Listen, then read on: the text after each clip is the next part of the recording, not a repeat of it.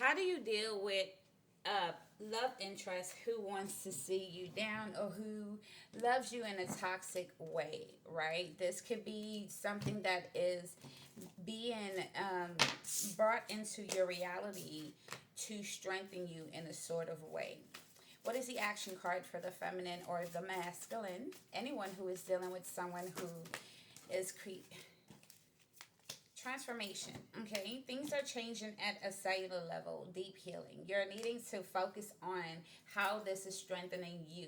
What do you do? Because we can't change people. If people are dealing with childhood wounds, if people are dealing with used to being in toxic environments, if people are used to dealing with people who chase them, validate them, and you are not this person, you're man or woman, you're needing to remember, okay, what is this showing me? How can I manifest a new reality? How can I shift my way out of here?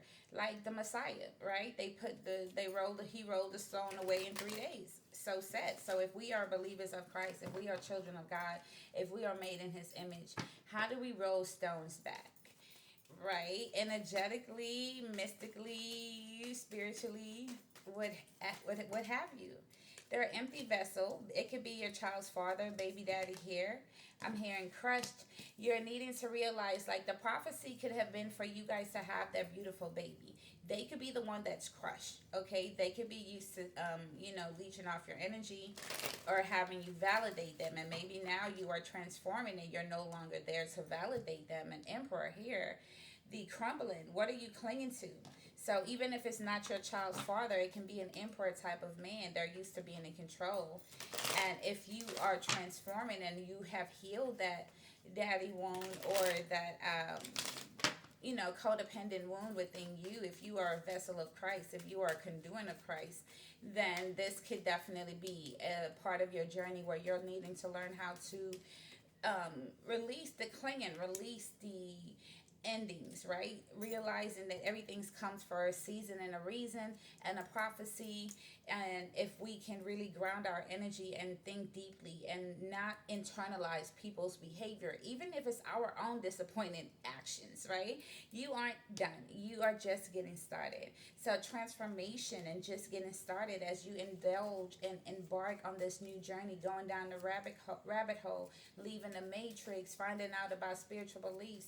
Trust me, I know it's not always comfortable. It can seem like, but you're needing to have tools, meditation, every day spending 2 hours with Christ, spending 2 hours instead of looking for our cell phones. We can say, okay, I'm going to create a new structure. Because to have a new foundation, we have to have a new structure, better materials. We can't create a mansion only on cheap wood.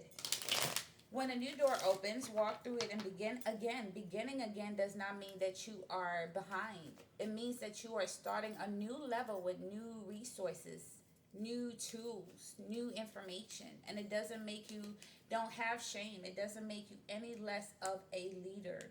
Realize you have all the qualities to be a leader. From all the experiences and the knowledge that you have endured and overcame and found out about up until this day today is useful to someone.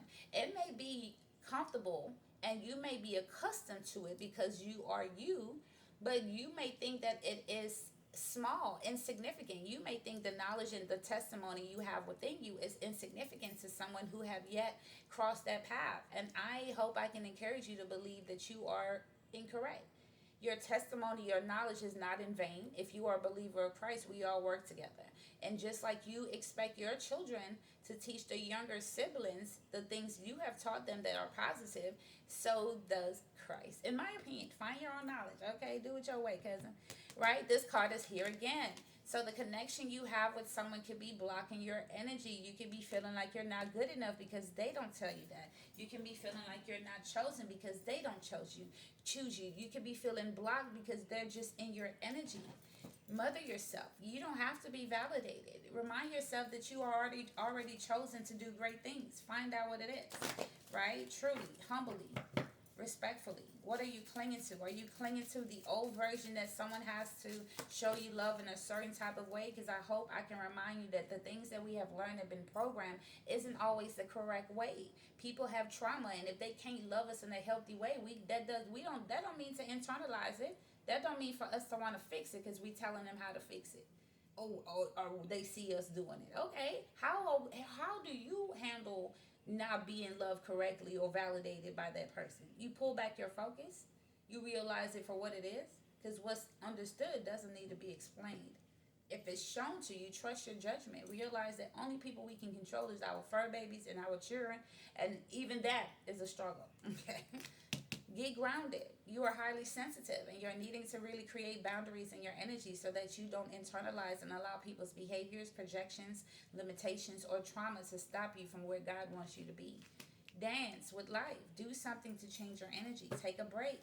You've been doing so much. It's time to pour into you and not take a break to just do mundane things. Take a break to do deep breathing, grounding, going to a park, walking barefooted, touching a tree, hugging a tree, connecting with nature, sitting with Christ, really adding spiritual practices of pausing and solitude and stillness to our day. This world is so hustle bustle, and spiritual beings, we can suffer if we don't know how to decompress and that sort of thing. So catch me on part 2 for the daily oracle reading. If you're catch me live. I think I've posted enough content.